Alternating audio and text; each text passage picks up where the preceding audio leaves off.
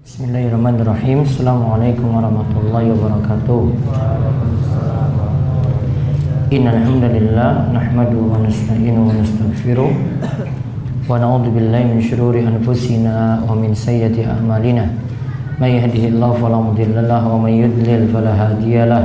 Wa asyhadu an la ilaha illallah wahdahu la syarikalah wa asyhadu anna Muhammadan abduhu wa rasuluh. Allahumma shalli ala nabiyina Muhammad wa ala alihi wa man tabi'ahum bi ihsan ila yaumiddin.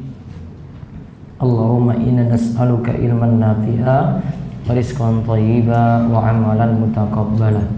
Puji syukur kita panjatkan pada Allah. Selawat dan salam semoga tercurah pada junjungan kita Nabi besar Nabi Agung Muhammad sallallahu alaihi wasallam. Baik, pada kesempatan malam hari ini insyaallah kita akan mengkaji kembali. Kita akan lanjutkan tentang masalah ibadah dari pembahasan Syekh Abdurrahman bin Nasir As-Sa'di dari kitab Manhajus Salikin.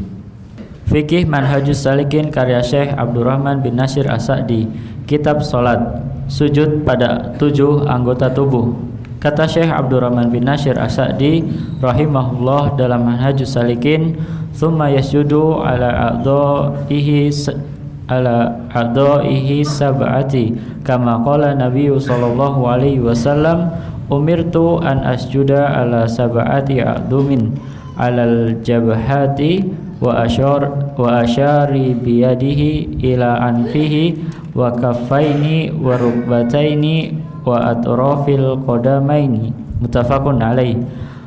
Yang artinya kemudian turun sujud, lalu sujud pada 7 anggota tubuh sebagaimana sabda Nabi SAW, aku diperintahkan untuk sujud pada 7 anggota tubuh, yaitu dahi, beliau berisyarat dengan tangannya pada hidungnya, kedua telapak tangan, kedua lutut, kedua ujung kaki. Muttafaqun alaih.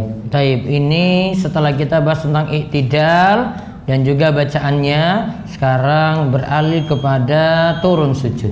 Turun sujud, tangan lebih dulu ataukah lutut? Pertama, yang mesti dipahami adalah kedua cara tersebut dibolehkan berdasarkan kesepakatan para ulama. Namun para ulama berselisih pendapat manakah yang lebih afdol di antara keduanya. Kedua, yang paling afdol adalah dilihat dari kondisi orang masing-masing. Tidak dikatakan yang paling afdol adalah tangan dulu ataukah lutut dahulu. Lihat. Pertama, yang mesti dipahami kedua cara tadi, mau lutut duluan ketika turun sujud ataukah tangan lebih dahulu, dua-duanya boleh berdasarkan kesepakatan para ulama. Ini yang cara ini boleh, cara ini boleh. Dan para ulama berselisih pendapat mana saja yang lebih afdol dari dua cara tadi. Lebih afdol dengan lutut duluan ataukah dengan tangan duluan. Namun semuanya sepakat dua-duanya masih boleh. Nah, sekarang kita lihat yang diperselisihkan mana yang paling afdol. Ya. Kalau kesimpulan di sini, ini saya ambil dari penjelasan Syekh Abdul Aziz At-Tharifi. Beliau punya buku Sifat Salat Nabi juga. Dan di situ diterangkan yang paling afdol lihat dari kondisi masing-masing. Coba lihat penjelasan di bawahnya.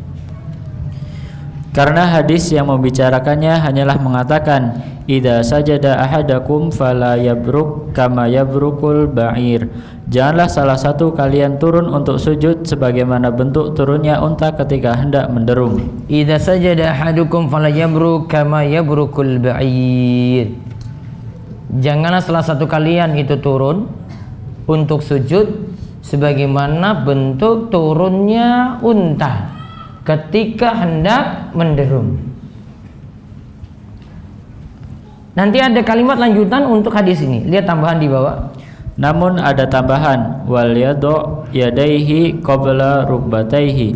Hendaknya dia letakkan tangannya sebelum lututnya. Nah, sini tangan dulu baru kemudian lutut.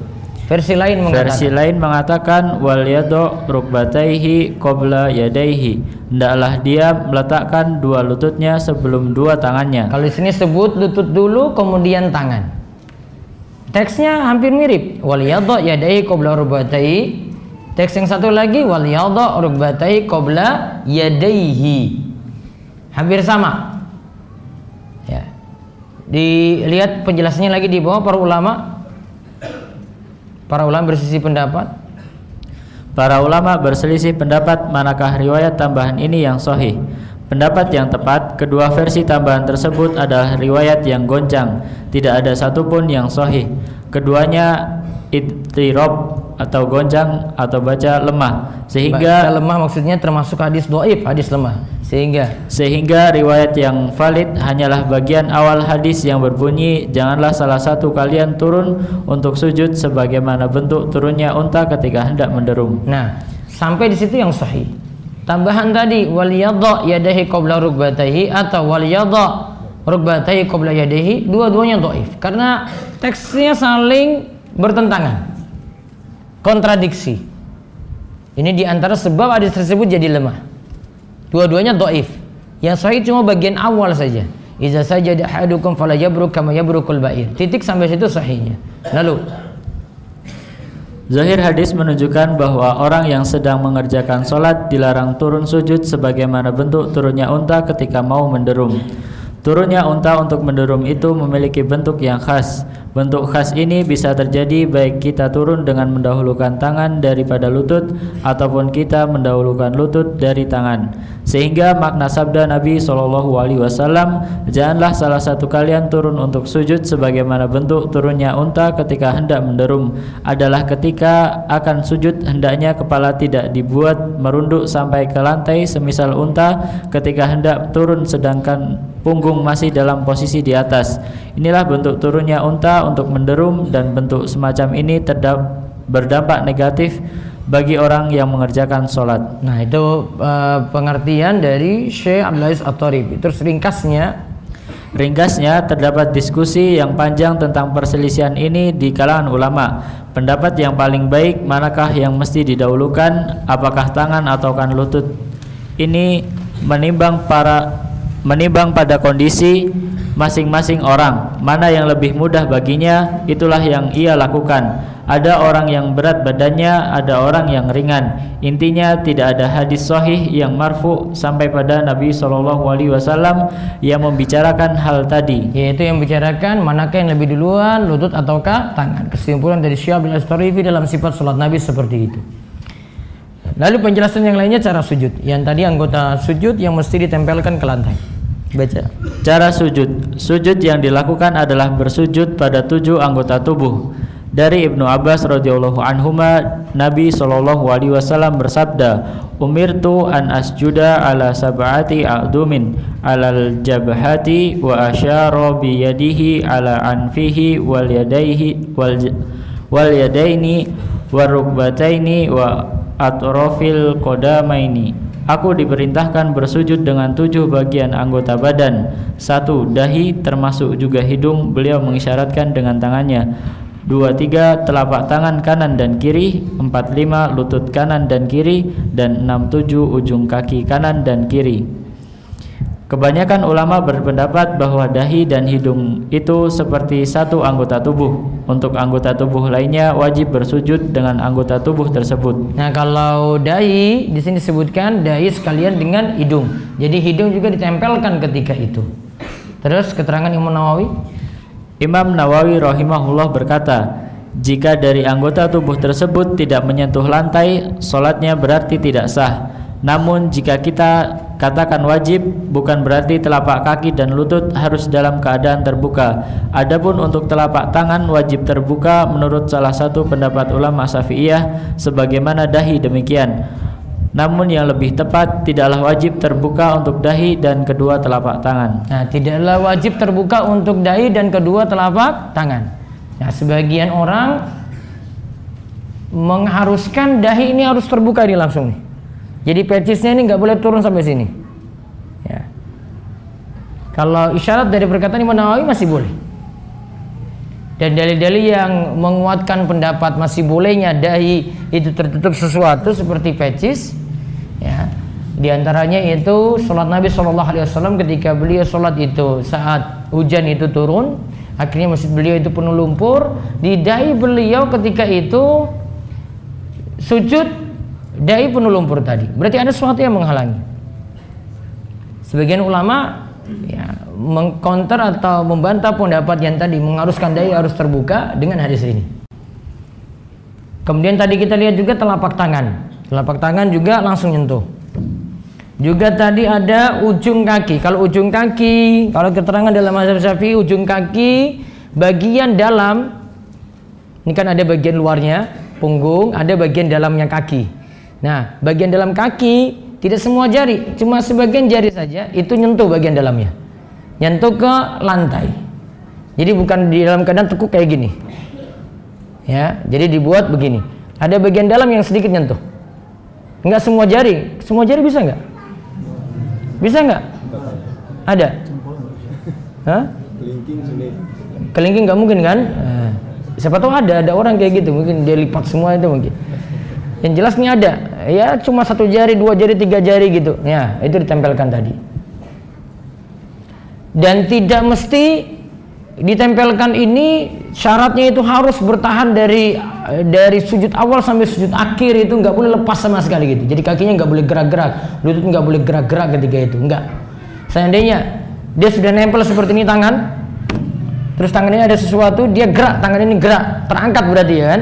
Nah, masih boleh. Yang penting tadi sudah lakukan, ini ada yang ditempelkan ketika di lantai. Jadi nggak harus dari sujud awal sampai akhir. Di masa sujudnya tadi, ketika sujud ini harus nempel terus, nggak boleh lepas-lepas. Ya, hidungnya misalnya akhirnya agak terangkat sedikit, tadi sudah nempel tadi. Nah, itu sudah sah. Karena sudah terpenuhi rukun di situ. Jadi bukan maksudnya harus bertahan dari awal sampai akhir. Nah, itu pengertian tentang cara sujud. Cara sujud ini masih berlanjut lagi. Hanya tentang masalah bacaan belum disinggung dalam pembahasan ini. Kalau kita ikut tender pengadaan barang oleh suatu instansi seperti pengadaan 20 komputer, tetapi CV saya kita hanya punya 5 stok komputer, apakah jenis transaksi ini boleh Ustadz? Kalau nggak boleh, solusi syar'i bagaimana? Kalau transaksinya itu salam, artinya menjanjikan. Menjanjikan di sini sudah ada uang di muka, tunai di muka semuanya, kemudian janjikan barang tersebut datang. Dia janjikan 2 minggu dipastikan itu datang. Maka namanya itu akad salam. Seperti ini boleh. Jadi kalau yang dimaksud tadi cuma janjikan saja. Dia bayar uang di muka semuanya, terus nanti jenengan cari. Yang penting tidak tentukan spesifik dulu. Saya mau cari nanti tersedia nanti insya Allah 2 minggu lagi. Nah, masuk dalam akad salam di situ. Pada saat-saat tertentu amalan-amalan baik akan dilipat gandakan oleh Allah. Apa betul di waktu-waktu tersebut maksiat yang dilakukan juga dilipat gandakan dosanya? Contoh misalnya di sini tanyakan di bulan Ramadan, pahala kebaikan berlipat-lipat. Apakah di sini nanti dosa juga berlipat-lipat? Yang ada kalau untuk kebaikan itu berlipat-lipat, 10 kali lipat, 700 kali lipat, lebih daripada itu. Sedangkan kalau dosa istilahnya itu bukan dilipat gandakan, namun dibesarkan. Ya, artinya dosa ini dianggap besar. Kalau itu dilakukan di bulan haram, dilakukan di bulan Ramadan, dosanya dianggap bertambah besar. Namun bukan dilipat gandakan seperti 10 kali, 700 kali, bukan. Namun dianggap itu besar. Maka tetap juga masalah dosa tersebut. Wallahu a'lam. Bolehkah meminta modal usaha dari orang tua yang bekerja di instansi pajak? Kalau bisa bersaran pada orang tua biar dapat pekerjaan yang halal. Sedangkan kalau tadi untuk meminta, kalau ada dengan cara lain, tidak meminta pada orang tua secara langsung karena dari rezeki yang haram tadi bekerja di pajak, maka lebih bagus mencari dari cara yang lainnya. Ustadz, apakah menggendong bayi yang memakai popok saat sedang sholat itu boleh? Dan apa hukumnya jika bayi itu sudah buang air kecil atau besar di popok tadi saat digendong sewaktu sholat? Kalau ini kan tidak terkena langsung dan juga tidak terkena pakaian. Kalau tidak terkena pakaian, wallahu alam, sholatnya tetap sah dan tidak masalah. Dalam sholat bolehkah setelah baca Al-Fatihah lalu baca Al-Fatihah lagi? Kalau sholat berjamaah mungkin yang dimaksud makmum baca Al-Fatihah lagi setelah imam baca Al-Fatihah. Seperti ini dibolehkan. Nanti ketika dia dengar bacaan imam, dia dengar setelah imam waladhdallin amin, lantas dia baca Al-Fatihah lagi untuk dirinya sendiri. Nah, sebagian ulama berpendapat seperti itu. Bagaimana hukumnya duduk ik'a? Ik'a yaitu kaki dua-duanya ditegakkan seperti ini boleh. Nanti kita sampai pada duduk antara dua sujud, insya Allah akan diterangkan. Saya masih kurang jelas bacaan Sami Allahu liman hamidah.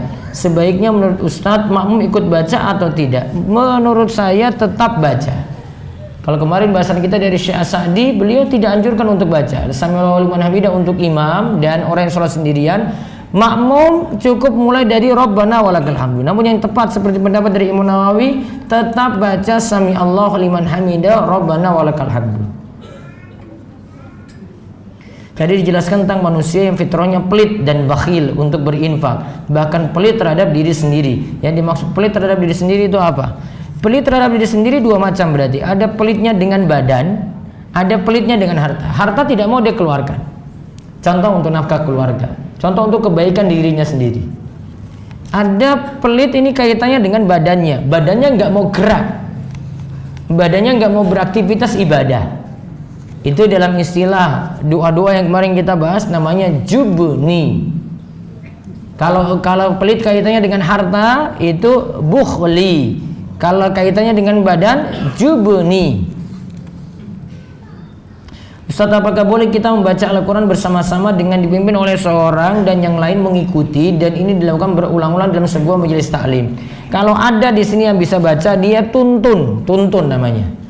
Yang lainnya ikuti, saya tuntun ya, nanti diikuti. Kalau tujuan pengajaran boleh ya, dia baca kemudian yang lainnya ikuti ya, ini boleh. Yang masalah itu kalau semuanya serempak baca. Ini ada liko misalnya 10 orang, 10 orang ini bareng-bareng baca, tidak ada yang bertugas membenarkan di situ. Kalau ada satu yang menyimak, yang lainnya itu baca, nah nanti ada yang benarkan, nggak masalah di sini. Ya, itu saja pentingnya. Apakah boleh mengadakan acara lomba dan gerak jalan di 17 Agustus? Bolehkah ada pembagian hadiah dan door prize? Hadiah dan door prize-nya masih boleh. Kalau ditanyakan lomba dan gerak jalannya masih dibolehkan. Ini masalah urf saja, tidak masuk dalam perihal ibadah. Apa hukum doa iftitah dalam sholat? Sunnah, tidak wajib. Kalau imam sudah membaca surat pendek, kemudian saya baru takbiratul ihram, apakah saya membaca Al-Fatihah atau cukup langsung fokus dengan sunnah yang dibacakan imam? Kalau menganggap bacaan imam bacaan makmum, berarti makmum tadi cukup dengarkan imam sedang baca surat setelah Al-Fatihah, tanpa dia baca Al-Fatihah lagi. Karena bacaan imam sudah jadi bacaan makmum, dia telat, ya sudah ditanggung oleh imam tadi. Apakah jika ada orang tuanya yang dulu sering melakukan zina, kelak pasti akan turun pula ke anaknya perilaku zina tersebut, meskipun si anak sudah mengenal agama dan bertawakal kepada Allah? Karena anak sering dengar bahwa azab zina di dunia adalah akan terjadi pula ke keturunannya. Wala taziru waziratu wizra ukhra. Seseorang tidak mewariskan dosa dari yang lainnya. Kalau dulu itu orang tua yang melakukan seperti itu, belum tentu anak diwariskan seperti itu pula. Kalau anaknya itu punya iman yang kuat, tawakal pada Allah, insya Allah selamat. Yang penting anaknya menjaga diri dengan agama dengan baik. Saya adalah pengantin baru, dan kebetulan setelah menikah saya diterima kuliah S2. Bagaimana hukumnya menunda kehamilan karena kuliah S2 dulu? Saran saya hamil dulu kemudian S2. Nah gitu aja. Ya gimana lagi? Masa mau tunda-tunda cuma karena kuliah saja? Nggak terlalu urgent. Kalau nggak terlalu urgent, nggak usah. Dan apabila ketika berhubungan suami berjima namun mengeluarkan sperma di luar, azl berarti, apakah istri wajib mandi junub? Mandi junub itu syaratnya yang penting bertemu dua kemaluan. Kalau sudah bertemu dua kemaluan walaupun tidak keluar mani, tetap ketika itu mandi junub. Apa hukum tentang puasa Daud? Terus apa bedanya sama puasa Senin Kemis? Lebih utama mana? Lebih utama puasa Daud karena harinya lebih banyak. Kalau Senin Kemis ya dia puasa pilih Senin pilih Kemisnya. 1 bulan berarti bisa 8 kali. Kalau puasa Daud ya bisa 15 hari, bisa 2 kalinya dari puasa Senin Kemis. Maka kalau mau urutan, puasa Daud lebih utama. Habis itu puasa Senin Kemis, habis itu puasa Ayyamul Bid. Kalau ada yang punya puasa kebiasaannya Senin Kemis, itu sudah lebih utama daripada Ayyamul Bid. Ustadz, untuk wanita boleh dilihat bagian telapak tangan, punggung tangan tidak boleh dilihat. Ustadz, untuk wanita boleh nggak dilihat bagian telapak tangan? Telapak tangan yang dimaksud dilihat boleh punggungnya, boleh bagian dalamnya, dua-duanya boleh, dan itu tidak termasuk aurat di dalam sholat.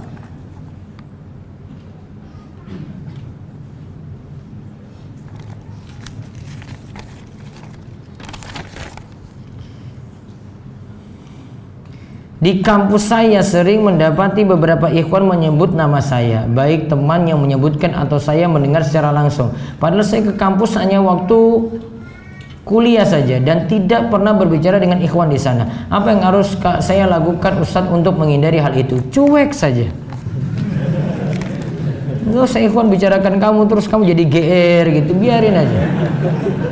Justru kalau kamu tanggapi, mereka jadi GR juga tuh. Oh, ternyata saya ditanggapi, coba. Sepertinya dia mau dengan saya. Padahal enggak juga. Ikhwannya saya terlalu pede. Cuek aja.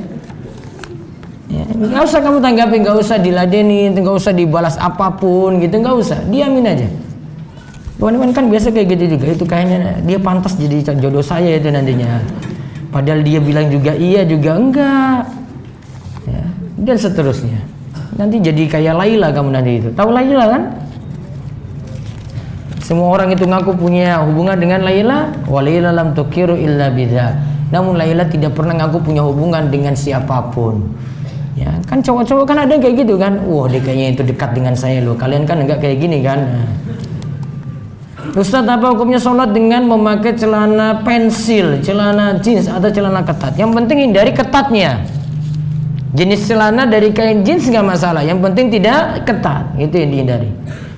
Istri saya mau KKN yang tempatnya agak jauh, di situ tidak boleh diantar oleh suaminya yang menyebabkan dia harus berangkat bersama orang laki-laki yang bukan mahramnya. Beri saya nasihat Ustadz. Ngantar istri, kalau itu safar, ngantar istri biar tidak terkena larangan pergi tanpa mahram. Safar ya, kalau itu safar ya. Namun kalau dekat pun saran saya tetap diantar juga. Bilang saja ini istri saya, yang lainnya nggak pantas untuk temani dia begitu. Teman-teman kakaknya kan nggak pantas, ya, gitu aja. Mereka kan nggak punya hak apa-apa sama istri kamu. Apa saja pertanyaan yang harus disiapkan ketika saat bernadzar dan apakah boleh tanpa wali asli?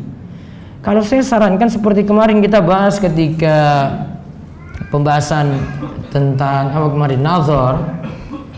Itu baiknya di hadapan wali. Namun kalau dia mau nazar terlebih dahulu silahkan. Ya, namun itu cuma muqaddimah saja, tapi nanti yang pastinya tetap nazar dengan adanya wali di situ. Jadi tuntut adanya wali biar ada keseriusan. Apa saja pertanyaan yang harus disiapkan ketika saat bernazar? Pertanyaan-pertanyaan penting saja. Yang ada masalah di situ. Kalau tidak ada masalah tidak perlu. Bagaimana prosesi pernikahan yang syar'i di Indonesia? Apakah dibolehkan kita memutar atau memfasilitasi nasyid tanpa musik, seperti nasyid yang tanpa musik atau selawat dan lain-lain? Kalau tanpa musik bolehkan, apalagi untuk acara nikah tadi masih dilonggarkan untuk itu. Adapun kalau ditanya proses pernikahan yang syar'i gimana? Proses pernikahan yang syar'i adalah dikembalikan pada tradisi masyarakat masing-masing. Dan yang penting dihindari adalah hal-hal yang diharamkan. Musik, hal yang diharamkan pokoknya dihindari, gitu aja. Dipisah laki-laki dan perempuan gitu. Kalau ini masih bisa mengikuti tradisi, namun hal-hal haram itu dihindari, maka selamat. Apakah berdosa memanipulasi data hasil penelitian agar dapat dianalisa dengan software? Jika tidak dimanipulasi, data gugur atau tidak bisa digunakan untuk kesimpulan. Ulangi lagi penelitiannya. Saya nggak pernah kuliah aja. Apakah streaming YouTube kajian ini, mengikuti streaming YouTube kajian ini dapat pahala? Insya Allah dapat pahala, namun lebih afdol hadiri majelis langsung. Ustadz, orang tua saya di rumah membuka warung yang menjual makanan, minuman, sabun dan lain-lain. Nah, orang tua saya juga jualan rokok. Yang saya mau tanyakan, bagaimana hukumnya jika saya disuruh inisiatif sendiri membantu orang tua saya menjaga warung? Kamu sembunyikan rokoknya dulu gitu. Ada berapa slops itu taruh dulu. Nah, Orang tanya rokok gimana, Pak? Nggak ada di sini, Pak. Saya nggak tahu nih, itu. Saya nggak ini, pokoknya nggak ada, bilangnya nggak ada, jangan bilang nggak tahu. Padahal kamu tahu di bawah. Ya, saya cuma ada di sini, Pak. Oh, Papa lihat nggak ada, ya sudah, gitu. Berarti nggak jadi beli kan? Nah, nanti kalau orang tua ini baru nanti urusan dengan orang tua lagi gitu. Bu, tadi saya taruh ini, mudah-mudahan besok nggak jualan rokok lagi, gitu caranya. Wah, ada toko-toko besar, swalayan besar di sini aja tetap laris dagangannya kok, gara-gara nggak ada rokok, tetap ada, cuma punya cabang di mana-mana. Ini cuma warung cilik saja, jualan rokok lagi. Ini punya swalayan cabang mana-mana gitu. Udah dagangannya laris. Apakah termasuk memotong sutrah orang yang berpindah posisi setelah sholat, namun melewati tempat sujud orang yang sedang sholat? Posisi yang boleh dilewati ini orang berdiri, ini area dia sujud. Di luar area dia sujud, seandainya depannya nggak ada sutroh lagi, boleh dilewati. Jadi batas yang tidak boleh dilewati cuma ini area dia berdiri, ini area dia sujud. Di luar itu di depannya boleh dilewati. Contoh misalnya, ini di saf kelima ini. Ada situ nggak ada sutroh, semuanya pada pergi gitu. Nah, dia cuma sendirian situ. Bukan berarti dari situ sampai depan sini nggak boleh dilewati. Kamu pergi ke belakang sana itu. Enggak, terlalu ekstrim sekali kamu pikirannya itu. Lewat depan gini aja nggak apa-apa. Di situ sudah nggak ada, karena depan dia itu bukan daerah terlarang lagi. Yang terlarang untuk lewati apa? Area sujud dengan dia itu berdiri. Kalau terlalu ekstrim, wah itu orang sholat, wah itu baru di saf kelima, saya di sini. Apa ngaruhnya? Nggak ganggu dia juga, kita nggak ganggu dia sholat juga. Apakah amalan dapat mengeluarkan orang dari Islam? Apa contoh amalannya? Syirik. Syirik keluarkan orang dari Islam. Saya bekerja di perusahaan BUMN, jasa transportasi. Bolehkah saya menjual jasa serupa di dalam perusahaan saya bekerja tanpa sepengetahuan perusahaan? Apa perbuatan ini termasuk mencuri? Harus minta izin dulu dong. Ada transaksi baru lagi. Misalnya ada penjualan tiket, kamu jual tiket lagi dari perusahaan tersebut gitu. Padahal sudah ada prosedur, kalau beli tiket cuma lewat jalur ini, kamu lewat jalur yang lainnya lagi kasih pada orang gitu. Kan benar nyalahin prosedur. Maka kalau mau buat usaha baru lagi dalam perusahaan yang sama, ya harus minta izin pada pemilik perusahaan. Imam masjid saya saat mengimami sambil baca Al-Quran yang ditaruh depannya dengan stand. Jadi ditaruh Al-Quran di depannya. Masih dibolehkan, namun lebih afdol tidak melakukan seperti itu. Dari sisi sah tetap sah. Apakah ada sholat duha 6 rakaat dengan cara 3 rakaat 3 rakaat? Tidak ada. Sholat duha 2 rakaat genap, dibuat genap. Kalau mau buat 4 langsung bisa. Mau buat 6 langsung bisa. Ya, yang paling afdal 2 rakaat salam, 2 rakaat salam. 3 rakaat salam saya tidak tahu itu dalilnya bagaimana. Jari-jari pada saat sujud dibuka atau dirapatkan? Jari-jari nanti dirapatkan. Nanti kita akan jelaskan pada pertemuan berikutnya insyaallah. Saya nyaman ngaji di MPD, hanya saja mantan saya ngekos di Pogung. Jadi saya ingat terus kalau kesini, solusinya gimana Ustaz?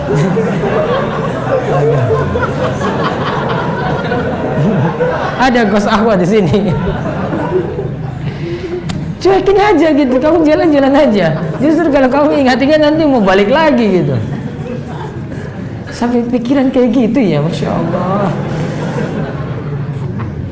Bagaimana kalau lupa niat ketika hendak sholat dan baru ingat ketika di tengah sholat, apakah sah?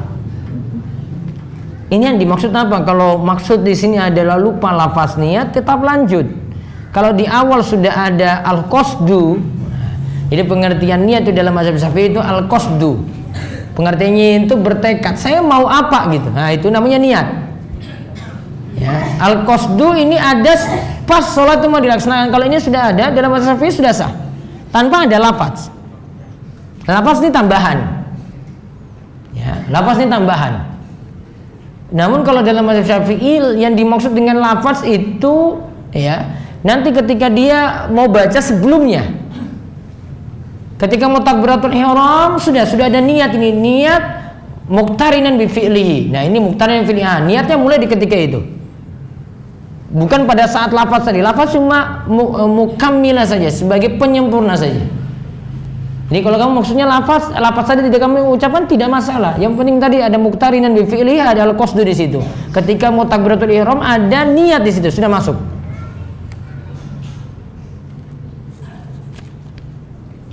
Bolehkah masang foto saat kecil, umur 5 tahun, sedangkan sekarang saya sudah menggunakan jilbab? Kalau ini akhwat tidak perlu. Saya ingin membeli makanan di GoFood, ternyata makanan yang ingin saya beli itu diskon, padahal saya tidak menggunakan GoPay maupun voucher. Memang tokonya yang beri diskon. Kalau tokonya yang beri diskon tidak masalah, bayar pakai cash langsung dan dapati diskon tadi, dimanfaatkan boleh. Bagaimana cara yang benar pada saat membasuh tangan sampai siku di saat wudhu? Dari sini sampai sini. Saya ingin dia buat balik dari siku turun ke tangan, dua-duanya boleh. Karena urutan ini tidak disuruh tartib, enggak.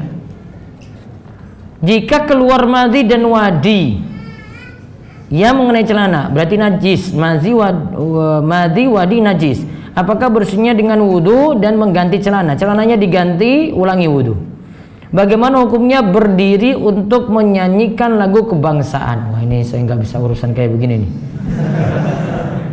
Bagaimana hukum kulit sapi korban diberikan ke masjid untuk menambah dana pembangunan masjid? Baiknya diikut sertakan dalam pembagian seperti praktek dari Ali ketika ngurus kurban Nabi. Dagingnya dia bagi, jilalnya dibagi, kulitnya dibagi, serahkan pada orang-orang miskin. Itu praktek yang lebih tepat daripada dijual untuk biaya pembangunan masjid.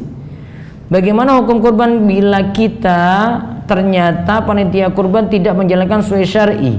Misal kulit sapi untuk membayar jagal, atau seperti di tempat saya kulit sapi diberikan seorang panitia dengan pengertian orang tersebut menjual kulit tersebut untuk dibelikan daging dan dibagikan.